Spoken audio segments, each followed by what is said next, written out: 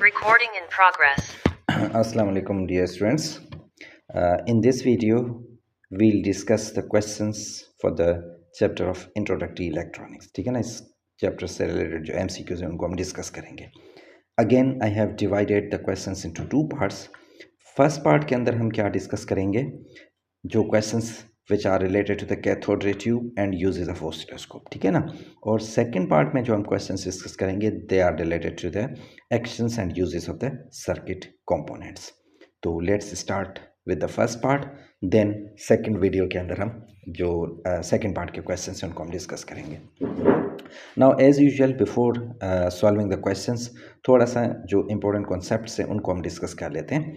Now very first concept जब हम introductory electronics की बात करते हैं तो that is the thermionic emission. ठीक है ना, ये थर्मोनिक इमिशन क्या होता है? The process by which electrons are emitted from the surface of a metal or a metal oxide when thermal energy is applied.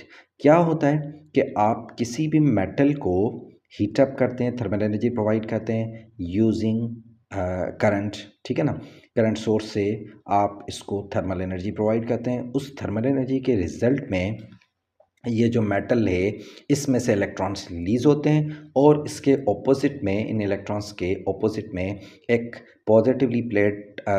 Positively charge plate होती है जिसको हम एनोड बोलते हैं. तो एनोड का ये पर्पस होता है उन इलेक्ट्रॉन्स को रिसीव करना, सो दैट इलेक्ट्रॉन्स, अब जाहिर सी बात, ये पॉजिटिव चार्ज है, इलेक्ट्रॉन्स के ऊपर नेगेटिव चार्ज होता है तो ये इलेक्ट्रॉन्स को अट्रैक्ट करती है. उससे क्या होता है, इलेक्ट्रॉन्स का एक फ्लो जनरेट होता है. अब इस फ्लो को हम डिफरेंट पर्पस के लिए यूज़ करते हैं. ठीक है ना, इसकी एप्लीकेशंस हम आगे वाली स्लाइड में देख लेते हैं कि इसको हम थर्मोनिक इमिशन का प्रोसेस यूज़ कहाँ पर होता है. ठीक हो गया, ये हो गया thermionic emission.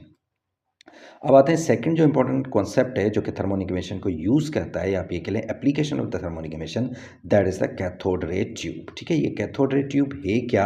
A cathode ray tube is a specialised vacuum tube in which images are produced when electron beam strikes the phosphorus surface. अब ये क्या होता है, आपके पास एक डिवाइस होता है जिसका पर्पज़ ये होता है कि इलेक्ट्रॉन्स को रिलीज़ करता है using the process of thermionic emission. ठीक है, ये भी आगे चल के हम देख लेते हैं कि कौन सा प्रोसेस होगा, कहाँ पे कौन सा प्रोसेस होगा. और ये जो कैथोड रे ट्यूब है, अगर हम इसकी एप्लीकेशंस की बात करें तो हमारे पास जो ओल्डर ट्रेडिशनल टेलीविजन्स या फिर कंप्यूटर मॉनिटर्स होते थे उनमें जो डिस्प्ले का जो प्रोसेस होता था वो कैथोड रे ट्यूब के थ्रू होता था. ठीक है ना, अब तो टेक्नोलॉजी चेंज हो गई है लेकिन प्रीवियसली जो डिस्प्ले का जो प्रोसेस होता था वो इस कैथोड रे ट्यूब के थ्रू होता था. ठीक हो गया, चलें जी मूव करते हैं इसके जो इम्पोर्टेंट पार्ट्स हैं CRO कैथोड रे ट्यूब के. ठीक है ना, फर्स्ट जो पार्ट है that is the electron gun. ठीक है ना, ये पार्ट है, इसको हम कहते हैं इलेक्ट्रॉन गन. इसका पर्पज़ ये होता है कि इसमें इसके एंड में इसके ऊपर एक हॉट फिलामेंट होता है. ये मीन्स कि एक फिलामेंट होता है जिसको हम हीट प्रोवाइड करते हैं. उसके रिजल्ट में क्या करता है, ये इलेक्ट्रॉन्स को इमिट करता है using the process of thermionic emission, जो थोड़ी देर पहले हम डिस्कस कर चुके हैं. ठीक है ना, अब ये जो थर्मोनिक इमिशंस हैं ये कहाँ जाते हैं, ये एनोड के ऊपर होते हैं. एनोड इनको, इन इलेक्ट्रॉन्स को क्या करता है, रिसीव करता है. मीन्स कि एक फ्लो जनरेट होता है between the cathode and anode. ठीक है ना, इलेक्ट्रॉन्स जनरेशन का, जिसको हम कहते हैं इलेक्ट्रॉन गन. अब ये इलेक्ट्रॉन जब यहाँ से रिलीज़ होते हैं तो उसके बाद क्या होता है, नेक्स्ट हमारा जो स्टेप होता है, या आप ये कह लें कि नेक्स्ट पार्ट जो होता है इसका CRT का, that is the focusing system. ये फोकसिंग सिस्टम क्यों ज़रूरी है? बिकॉज जो इलेक्ट्रॉन्स रिलीज़ होते हैं naturally they want to scatter.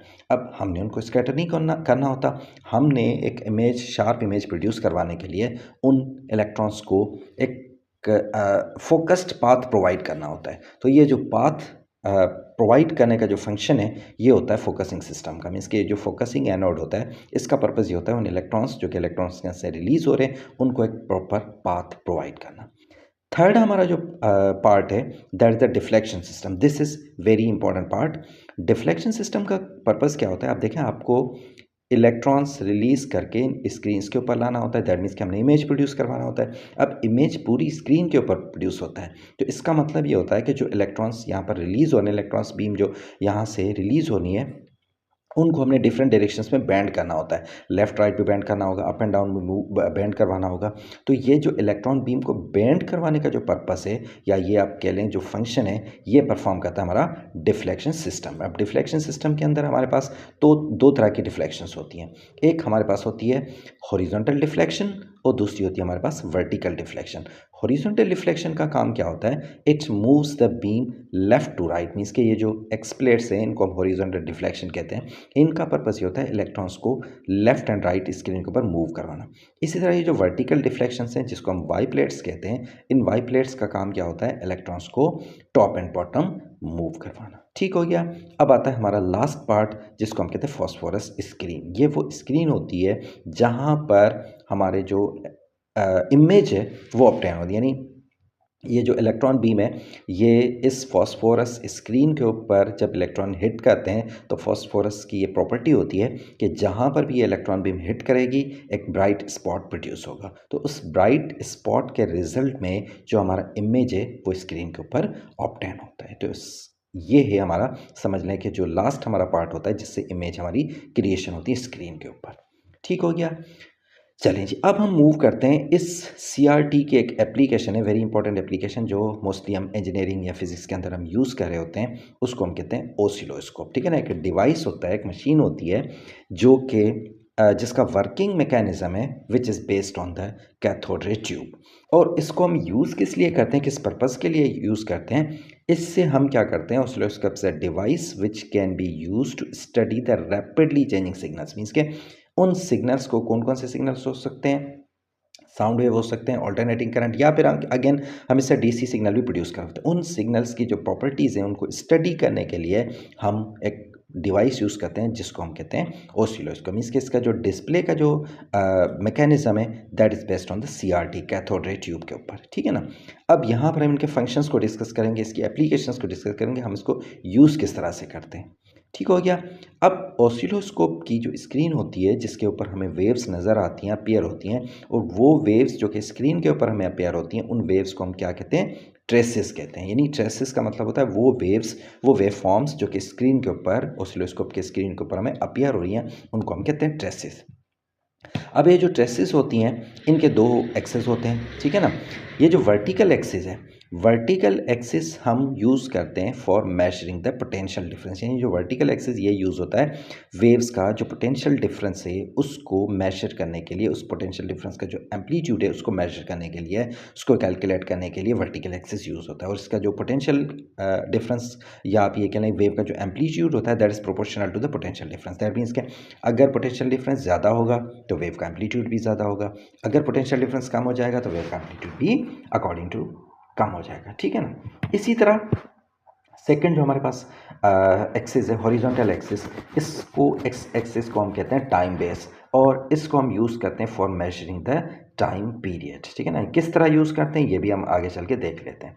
अब देखें, अगर आप थोड़े से जो वेव्स के कॉन्सेप्ट है उनको थोड़ा रिकॉल करें, तो अगर हमें किसी भी वेव का टाइम पीरियड पता हो तो we can easily find out the frequency for that wave. तो सिमिलरली ऑसिलोस्कोप को यूज़ करते हुए अगर हम टाइम पीरियड फाइंड कर सकते हैं तो टाइम पीरियड से हम फ्रीक्वेंसी भी फाइंड कर सकते हैं यूजिंग दिस रिलेशनशिप के frequency time they are the reciprocals of each other. ठीक हो गया। अब इस ऑसिलोस्कोप के ऊपर जो ट्रेसेस ऑब्टेंड होते हैं उसमें से कुछ इंपॉर्टेंट जो ट्रेसेस हैं उनको हम डिस्कस कर लेते हैं। ठीक है। फर्स्ट ऑफ ऑल, अगर आपके पास ये जो वाई प्लेट्स हैं, ठीक है ना, ये जो जिनको हम वर्टिकल डिफ्लेक्शंस कह रहे हैं, तो अगर इनके ऊपर आपके पास पोटेंशियल डिफरेंस ज़ीरो होगा तो उस केस के अंदर आपके ऊपर मीन्स कि आपके जो ऑसिलोस्कोप है उसके सेंटर में एक ब्राइट स्पॉट अपीयर होगा। अब देखें ना, अब डिफ्लेक्शन डेफिनेटली ये इलेक्ट्रॉन बीम मूव नहीं कर रही, तो इसका मतलब ये इलेक्ट्रॉन कहाँ आकर हिट करेंगे, बिल्कुल सेंटर पे आके हिट करेंगे, तो आपको सेंटर के ऊपर एक ब्राइट स्पॉट अपीयर होगा। तो ये क्वेश्चंस इस तरह आते हैं, आपको ट्रेसेस गिवन होते हैं, आपने आइडेंटिफाई करना होता है कि किस तरह से ये ट्रेस प्रोड्यूस होगा। तो दीज कुछ इंपॉर्टेंट ट्रेसेस यहाँ पर हम डिस्कस कर रहे हैं कि अगर आपके पास स्क्रीन के ऊपर एक ब्राइट स्पॉट अपीयर हो रहा है दैट मीन्स कि आपके पास पोटेंशियल डिफरेंस जो वाई इनपुट है आपके पास जीरो है, मीन्स कि कोई भी पोटेंशियल डिफरेंस नहीं है। ठीक है ना। चलें जी, सेकंड जो है, अगर आप इन प्लेट्स के ऊपर, वाई प्लेट्स के ऊपर आप दे रहे हैं DC इनपुट, तो DC इनपुट के रिजल्ट में क्या होगा कि आपकी जो अपर प्लेट होती है वो पॉजिटिवली चार्ज होती है, जो लोअर प्लेट है वो नेगेटिवली चार्ज होती है। तो उसका रिजल्ट ये होता है कि आपके electrons which are having the negatively charge, तो वो नेगेटिव वाली जो प्लेट है या जो लोअर प्लेट है वो उनको रिपेल करेगी और जो अपर प्लेट है उनको अट्रैक्ट करेगी। तो उसके रिजल्ट में आपका क्या होगा, इलेक्ट्रॉन ऊपर की तरफ बैंड हो जाएगा। आप देखें, आपको स्क्रीन के ऊपर अगेन एक स्पॉट अपीयर होगा। अब ये स्पॉट यहाँ पर हम जो बात करें, हम जस्ट एक इंस्टेंट के लिए वेव को प्रोड्यूस करवा रहे हैं। इसका मतलब हमारे पास जो टाइम पीरियड की वैल्यू है या टाइम बेस है, उसको हम यहाँ पर हम कंसीडर नहीं कर रहे, ठीक है ना। फॉर इंस्टेंट अगर हम वेव को प्रोड्यूस करवाएं तो उसके रिजल्ट में क्या होगा कि आपके ऊपर एक स्पॉट अपीयर होगा डीसी वोल्टेज के लिए, क्योंकि डीसी में क्या होता है, आपके पास डायरेक्शन एक ही होती है, तो आपके पास एक स्पॉट अपीयर होगा फ्यू डिविजन्स। अब वो 1 भी हो सकती है, 2, 3, जितनी भी डिविजन्स, डिपेंड्स ऑन द कि कितना पोटेंशियल डिफरेंस की वैल्यू है, ठीक है ना। तो उसके रिजल्ट में आपके पास स्क्रीन के सेंटर से ऊपर एक स्पॉट अपीयर होगा। वो स्पॉट कब होगा? When you are providing a DC supply, ठीक है ना, या डीसी आपके पास सोर्स है। चलें जी, नेक्स्ट हमारे पास अगर हम एसी सोर्स प्रोवाइड करें, अब फॉर एग्जांपल हम कंसीडर कर लें कि जो एसी सोर्स हम प्रोवाइड कर रहे हैं, जो एसी सिग्नल हम प्रोवाइड कर रहे हैं, उसकी फ्रीक्वेंसी 50 हर्ट्ज़ है। 50 हर्ट्ज़ का मतलब है in a second it will change its direction 50 times, ठीक है ना। तो उसके रिजल्ट में क्या होगा, हमारे पास स्क्रीन के ऊपर एक वर्टिकल लाइन अपीयर होगी। ये वर्टिकल लाइन इसलिए अपीयर हो रही है कि कंटिन्यूसली इलेक्ट्रॉन्स अपनी डायरेक्शंस को चेंज कर रहे हैं। तो चेंज करने की वजह से क्या होगा, एक वर्टिकल लाइन अपीयर होगी। तो ये वर्टिकल लाइन हमारे पास रिप्रेजेंट करी होगी, this is an AC input. ठीक हो गया। चलें जी, अब हम मूव करते हैं कि अब इस ऑसिलोस्कोप से हम कौन कौन सी चीज़ों को मेजर कर सकते हैं, ठीक है ना। ये प्रीवियसली डिस्कस हम कर चुके हैं कि हमने पोटेंशियल डिफरेंस मेजर करते हैं या फिर टाइम पीरियड मेजर करते हैं। अब हम आते हैं कि उन पोटेंशियल डिफरेंस या टाइम को किस तरह से मेजर करते हैं, ठीक है ना। मेथड क्या, किस तरह से हम रीड करेंगे ऑसिलोस्कोप से। अब सबसे पहले हम बात कर लेते हैं पोटेंशियल डिफरेंस को, कि अगर हमारे पास कंसीडर कर लें, ये आपके पास एक साइन वेव अपीयर हो रही है, इसका हमने पोटेंशियल डिफरेंस को मेजर करना है यूजिंग ऑसिलोस्कोप। अब सबसे पहले हम क्या करेंगे, जिस तरह से हम जब ग्राफ प्लॉट करते हैं तो हम एक स्केल अज्यूम कर लेते हैं कि ग्राफ की एक डिवीज़न कितनी वैल्यूज़ को रिप्रेजेंट कर रही होगी, कितने सेंटीमीटर्स को, या जो भी हमारे पास क्वांटिटी है, कितनी वैल्यूज़ को रिप्रेजेंट करेगी। तो सिमिलरली यहाँ पर भी हम यही प्रोसेस करेंगे, जिसको हम कहते हैं कैलिब्रेशन, ठीक है ना। कैलिब्रेशन के अंदर हम क्या कर लेते हैं, हम इसको सेट कर लेते हैं कि हमारी एक डिवीज़न अगर वर्टिकल, बिकॉज हम पोटेंशियल डिफरेंस की बात करें और पोटेंशियल डिफरेंस जो होता है वो वर्टिकल एक्सिस के ऊपर होता है, तो हम ये अज्यूम कर रहे हैं, हम ये कंसीडर कर रहे हैं कि हमारी एक वर्टिकल डिवीजन 0.5 वोल्ट को रिप्रेजेंट कर रही है, ठीक है ना। अब अकॉर्डिंग टू दिस स्केल अगर हम अपनी वेव को कंसीडर करें, जो वेव यहाँ पर हमने प्रोड्यूस करी है, अब आप देखें वेव में हमारी कितनी डिविजन्स इन्वॉल्व हो रही हैं। पीक टू पीक अगर आप बात करें तो peak to peak there are total 3 divisions, ठीक है ना। एक डिवीजन ऊपर की तरफ, एक नीचे की तरफ, और अगर आप देखें हाफ एंड हाफ, हाफ ऊपर हाफ नीचे, तो इसका मतलब है टोटल 3 डिविजन्स यहाँ पर अपीयर हो रही हैं। तो अब अगर हम टोटल वोल्टेज या peak to peak voltage find करें, कैसे फाइंड करेंगे, जितनी डिविजन्स हमारे पास हैं उसको हम, जो हमारी स्केलिंग की वैल्यू है उससे हम मल्टीप्लाई कर देंगे। ईच डिवीजन से प्रेजेंट 0.05 डिविजन्स, तो हमारे पास टोटल जो वोल्टेज आ जाएगा peak to peak voltage, that will be 1.5 volt in this case. इसी तरह अगर हम पीक वोल्टेज की बात करें, जस्ट अपर हाफ या लोअर हाफ की बात करें, तो वी हैव 0.75 वोल्ट, ठीक है ना। तो ये अकॉर्डिंग टू द क्वेश्चन आपने आंसर करना है कि आपको पीक टू पीक वोल्टेज पूछ रहा है या आपको जस्ट सिंगल पीक का वोल्टेज पूछ रहा है, तो according to that you have to answer. ठीक हो गया। चलें जी, नेक्स्ट थिंग कि अगर हमने इसी ऑसिलोस्कोप यूज़ करते हुए हमने टाइम पीरियड को मेजर करना है, तो वो हम किस तरह से रीड करेंगे। अब सेम वे सबसे पहले हम कैलिब्रेशन करेंगे। अब for example in this case हम ये अज्यूम कर रहे हैं कि हमारी एक हॉरिजॉन्टल डिवीजन रिप्रेजेंट कर रही है कितने टाइम को, 10 मिली सेकेंड्स को, ठीक है ना। 10 मिली सेकेंड्स को हमारी एक डिवीजन रिप्रेजेंट कर रही है। तो अगर आप वेव को देखें, आपकी जो वेव है that is completing in 2 divisions. आपकी यहाँ पर इस एग्जांपल के अंदर जो वेव आपके पास प्रोड्यूस हो रही है वो कंप्लीट होने में, because upper part and lower part it is completing in 2 divisions. तो अगर 2 डिविजन्स के अंदर कंप्लीट हो रही है तो इसका मतलब इसका जो टाइम पीरियड होगा वो हम कैसे फाइंड करेंगे, 2 डिविजन्स और एक डिवीजन कितने मिली सेकेंड्स को रिप्रेजेंट करिए, 10 मिली सेकेंड्स को। तो हमारे पास इस वेव के अंदर जो टाइम पीरियड आ जाएगा that will be 20 milliseconds, ठीक है ना। ये टाइम आ गया। अब इस टाइम को हम सेकेंड्स में भी कन्वर्ट कर सकते हैं। सेकेंड्स में कन्वर्ट करने के बाद हम इस टाइम से फ्रीक्वेंसी को भी फाइंड कर सकते हैं, ठीक है ना। ये रिलेशनशिप प्रीवियसली हम अभी थोड़ी देर पहले हमने डिस्कस किया था कि frequency time are the reciprocals of each other. तो अगर किसी भी वेव का टाइम पीरियड हमें पता चल जाए तो easily we can find out the frequency for that wave, ठीक है ना। इस केस के अंदर जो फ्रीक्वेंसी होगी दैट इज 50 हर्ट्ज। ठीक हो गया। चलें जी, अब हम मूव करते हैं क्वेश्चंस के ऊपर। नाउ फर्स्ट क्वेश्चन जो हमारा है that is the diagram represents the thermionic emission from a metal filament. एक थर्मोनिक एमिशन का प्रोसेस यहाँ पर शो किया हुआ है। The particles are attracted by a charge plate. अब यहाँ पर जो पार्टिकल्स रिलीज होंगे जो कि इलेक्ट्रॉन्स होते हैं हमारे पास, थर्मोनिक एमिशन हम डिस्कस कर चुके हैं, थर्मोनिक एमिशन के रिजल्ट में इलेक्ट्रॉन्स रिलीज होते हैं और ये इलेक्ट्रॉन्स इस चार्ज प्लेट के ऊपर अट्रैक्ट हो रहे हैं। Which row shows the charge on the plate and temperature of the metal filament. इस प्लेट के ऊपर कौन सी चार्ज है, इलेक्ट्रॉन्स के ऊपर नहीं पूछ रहा, हमसे पूछ रहा है कि इस प्लेट के ऊपर कौन सी चार्ज है। अब देखें, अगर ये इलेक्ट्रॉन्स हैं तो डेफिनेटली ये नेगेटिवली चार्ज होंगे, तो ये प्लेट जो इनको अट्रैक्ट करेगी उसके ऊपर कौन सी चार्ज होगी, पॉजिटिव चार्ज, ठीक है ना। और फिलामेंट, डेफिनेटली फिलामेंट को जब हम हीटअप करेंगे, थर्मल एनर्जी प्रोवाइड करेंगे, तभी तो इलेक्ट्रॉन्स रिलीज करेंगे, इसकी वजह से ही तो हम इसको थर्मोनिक एमिशन कहते हैं।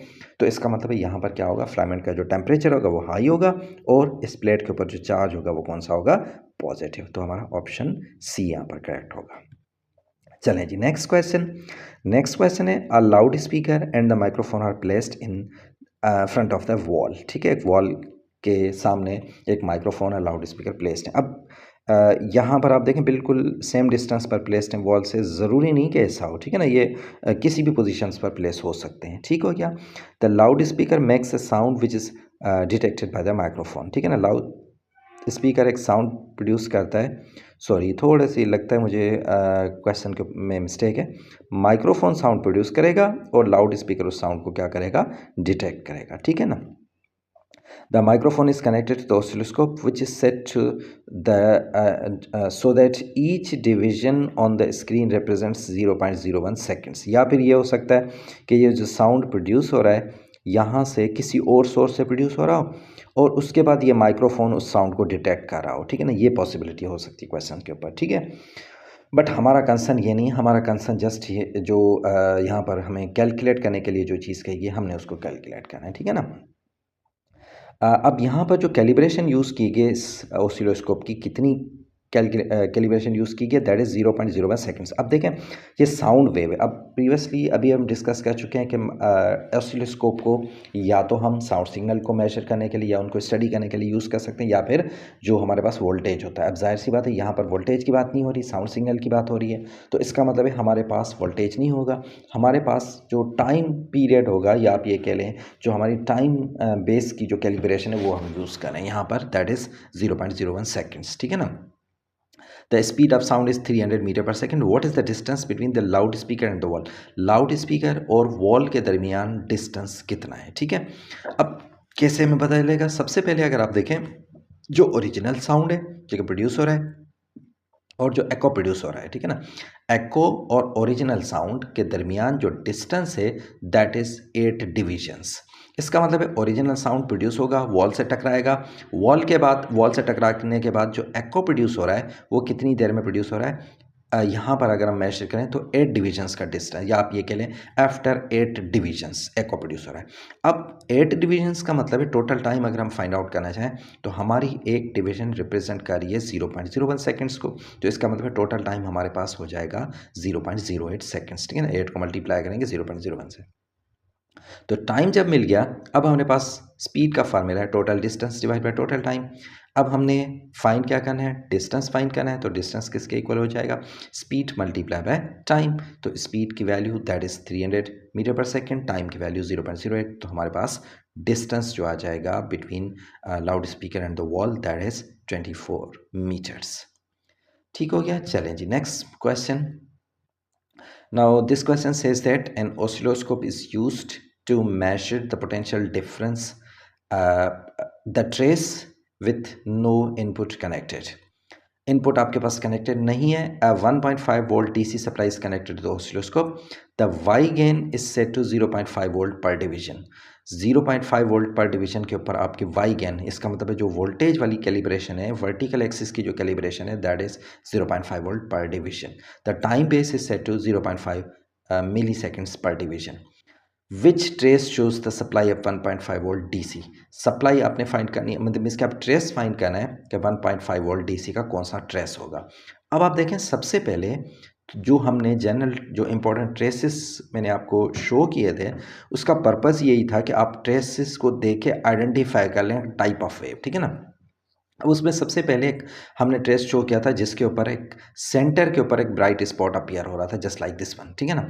तो वो कब अपीयर होता है, जब आपके पास वाई गेन जो होता है, वर्टिकल डिफ्लेक्शन या वर्टिकल इनपुट जो होता है आपके पास ज़ीरो होता है। तो यहाँ पर तो ये केस है ही नहीं, ठीक है ना।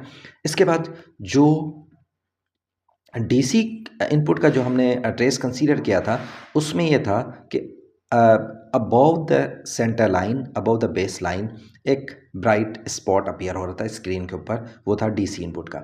लेकिन वो स्पॉट उस वक्त था जब हमारे पास टाइम बेस जो था, या आप उसको जस्ट एक इंस्टेंट के लिए फाइंड कर रहे थे, यानी उसको लॉन्गर टाइम के लिए वो वेव नहीं थी, तो हमारे पास एक डॉट प्रोड्यूस हो रहा था। अब यहाँ पर क्या होगा, यहाँ पर अगर आप कंसीडर करें तो wave is moving with 0.5 milliseconds, इसका मतलब है वेव कंटिन्यूसली मूव करिए, तो इसका मतलब ये डॉट नहीं होगा, it will be a straight line. अब ये स्ट्रेट लाइन कहाँ होगी, कैसे होगी, तो अब देखें हमारे पास सप्लाई 1.5 वोल्ट और वाई गेन हमारे पास जो है that is 0.5 volt per division.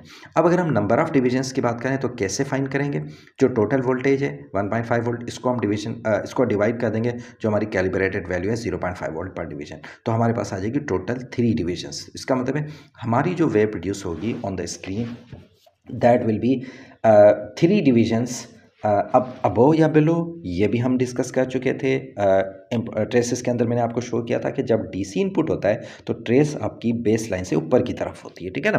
तो यहाँ पर आप इजीली ऑप्शंस को आइडेंटिफाई कर सकते हैं। तो आपके पास जस्ट एक ही ऑप्शन बन रहा है, इसको आप कंपेयर करें और डिविजन्स भी इसकी अगर आप काउंट करें 1, 2 and 3 divisions above the base line, तो इसका मतलब है हमारे पास जो करेक्ट ऑप्शन होगा दैट इज़ ऑप्शन सी, ठीक है ना। ए उस सूरत में करेक्ट होता जब हमारे पास मीन्स के वेव जो होती वो लॉन्गर टाइम के लिए नहीं होती, जस्ट एक इंस्टेंट के लिए होती, तो लॉन्गर टाइम के लिए होगी। तो अब हमारे पास जो करेक्ट ऑप्शन बनेगा that will be option C. चलें जी, नेक्स्ट क्वेश्चन है A diagram shows a cathode ray tube. The dotted line shows the path of the beam of the electrons. The beam hits the screen at point X and produces a bright spot. यहाँ पर hit करेगी, bright spot produce करेगी, यही तो function होता है cathode ray tube का। P and Q are the horizontal plates on each side of the beam, ये हॉरिजॉन्टल प्लेट्स हैं, ठीक है ना, जिसको हम वर्टिकल डिफ्लेक्शन के लिए यूज़ करते हैं। Which change will move the bright spot at to a different position on the screen. आपने बताना है कि अगर आपने इस स्पॉट को डिफरेंट पोजीशंस पे आपने प्रोड्यूस करवाना हो तो कौन सी चेंज आपको यहाँ पर कर सकते हैं। सबसे पहले apply a voltage between metal plates P and Q. अब देखें जब तक ये पोटेंशियल डिफरेंस ज़ीरो होगा उस वक्त ये ब्राइट स्पॉट जो होगा वो सेंटर पर ही प्रोड्यूस होता रहेगा। अगर आपने इन मीन्स के स्पॉट को मूव करवाना है तो definitely you have to apply a potential difference. यहाँ पर इन प्लेट्स के दरमियान पोटेंशियल डिफरेंस क्रिएट करेंगे, उसके रिजल्ट में ये जो इलेक्ट्रॉन है या आप ये बीम है it will move on the screen in different positions. अब डेफिनेटली यहाँ पर आपके पास जो है जस्ट वर्टिकल डिफ्लेक्शन शो की हुई है, आपके पास हॉरिजॉन्टल डिफ्लेक्शन भी यहाँ पर आप यूज़ करेंगे मूव करने के लिए, बट यहाँ पर आपके क्वेश्चन के अंदर जस्ट वर्टिकल डिफ्लेक्शन है। तो इसका मतलब सिंपली हमने क्या करना होगा, इन प्लेट्स के दरमियान पोटेंशियल डिफरेंस क्रिएट करवाना होगा। उस पोटेंशियल डिफरेंस के रिजल्ट में वो डिपेंड करेगा कि वो AC से या DC है। अकॉर्डिंग टू दैट ये जो स्क्रीन है, ये जो स्पॉट है ये स्क्रीन के ऊपर मूव करेगा। तो इसका मतलब हमारे पास करेक्ट ऑप्शन हो जाएगा applying a voltage between metal plates P and Q। Recording in progress. Okay, now moving to the question number 6. Now question says that an oscilloscope is connected to the DC power supply. The time base on the oscilloscope is switched off. What is seen on the screen of the oscilloscope? अब ये कह रहे हैं कि आपके पास एक DC supply है, DC supply से कनेक्टेड है और इसका जो टाइम बेस है वो आपने ऑफ किया हुआ है, यानी टाइम की जो वैल्यू है वो यहाँ पर मेंशन स्क्रीन के ऊपर आपके पास oscilloscope पे अपीयर नहीं होगी। तो आप बताएं कि आपको स्क्रीन ऊपर क्या ऑप्टेन होगा। अब देखें ये ट्रेस जब हमने इंपॉर्टेंट ट्रेस डिस्कस किए थे उस वक्त हमने ये डिस्कस किया था कि when we have an DC source, तो DC सोर्स का जो ट्रेस होता है इट्स एन स्पॉट। अगर हमने टाइम बेस को ऑफ किया हुआ है तो it will be A stop above the centre line, centre line से ऊपर एक स्पॉट होगा, तो ये रिप्रेजेंट करेगा DC को। अगर ये ऐसी होता तो it it would be a straight line, ठीक है ना, ये जिस तरह वर्टिकल लाइन है स्ट्रेट लाइन है। तो यहाँ पर क्वेश्चन में आपसे डीसी पूछ रहा है, तो इसका मतलब है हमारे पास ऑप्शन ए करेक्ट होगा। चलें जी, next question, question number 7। Question says that a student suggest 4 conditions for production of a continuous flow of electrons from a metal filament, ठीक है ना। अब कंडीशंस क्या क्या है? The filament is hot, high pressure gas is present, a positive electrical potential is present, a strong magnetic field is present. Which of the four conditions are needed? आपने electron, जब electron gun से produce करवाने हैं तो उसके लिए जो conditions required होती हैं, कौन कौन सी कंडीशन होती हैं? एक तो आपके पास फिलामेंट हॉट होना चाहिए, दूसरा ये कि आपके पास उन इलेक्ट्रॉन्स को अट्रैक्ट करने के लिए एक पॉजिटिव इलेक्ट्रिकल पोटेंशियल होना ज़रूरी है। तो इसका मतलब है हमारे पास जो करेक्ट ऑप्शन होंगे दैट इज़ ऑप्शन 1 एंड यानी जो हमारे पास करेक्ट पॉसिबिलिटीज़ हैं कौन सी हो सकती हैं? 1 एंड 3। तो हमारे पास ऑप्शन सी करेक्ट होगा। चलें जी, नेक्स्ट क्वेश्चन है, the diagram shows the traces on the oscilloscope screen when connected to a DC supply. अब यहाँ पर भी अगेन आपके पास एक डीसी सप्लाई से कनेक्टेड है, उसके जो ट्रेसेस हैं आपके ऊपर शोन है, being switched on end of. अब आप देखें, आप सप्लाई को ऑफ करते हैं, आपके पास ज़ीरो वोल्टेज शो करता है, सप्लाई को ऑन करते हैं, समथिंग अबाउट दिस ज़ीरो आपको स्क्रीन के ऊपर अपीयर हो रहा है, ठीक है ना। अब आपके पास है the voltage, the setting of the Y gain control and the time based control are shown. आपको वाई गेन यानी वोल्टेज की जो कैलिब्रेशन है वो आपको मेंशन है, इसी तरह टाइम बेस्ड की जो कैलिब्रेशन है वो भी यहाँ पर आपको मेंशन है, ठीक है ना। The voltage of the supply is V volt, the supply is switched on F times पर सेकेंड। एफ टाइम पर सेकेंड का मतलब है ये वैल्यू हमारे किस चीज़ को रिप्रेजेंट करी होगी? फ्रीक्वेंसी को रिप्रेजेंट करी होगी, ठीक है ना। टाइम्स जो फ्रीक्वेंसी क्या होता है? नंबर ऑफ वेव्स पर सेकंड, तो नंबर ऑफ वेव्स पर सेकंड का मतलब है फ्रीक्वेंसी। तो यहाँ पर ये जो एफ की वैल्यू है फ्रीक्वेंसी को रिप्रेजेंट कर रही है। What is the value of V and F? तो हमने वोल्टेज और फ्रीक्वेंसी की वैल्यूज़ को फाइंड करना है। पहले हम बात कर रहे थे वोल्टेज की, तो अब आप देखें वोल्टेज की यहाँ पर जो कैलिब्रेशन यूज़ की गई है वाई गेन की, दैट इज़ 2। इसका मतलब है एक आपके पास डिवीजन जो है वो कितने वोल्ट को रिप्रेजेंट करेगी? 2 डिविजन्स को सॉरी, एक डिवीजन आपके 2 वोल्ट को रिप्रेजेंट करेगी according to the this calibration. अब आप देखें, जब 2 वोल्ट्स को रिप्रेजेंट कर रही है आपकी एक डिवीजन, तो आपके पास जब आप स्विच ऑन करते हैं तो आपके पास जो वोल्टेज की जो वैल्यू आती है या आप कह लें वोल्टेज का जो एम्पलीट्यूड आता है वो आता है आपके पास बेस लाइन से 2 डिविजन्स ऊपर की तरफ, ठीक है ना। तो 2 डिविजन्स आ रही हैं, एक डिवीजन आपकी रिप्रेजेंट करिए 2 वोल्ट्स को, तो इसका मतलब है 2 डिविजन्स अपनी आपकी जो वैल्यूज़ हैं वो कितने वोल्ट्स को रिप्रेजेंट करेंगी?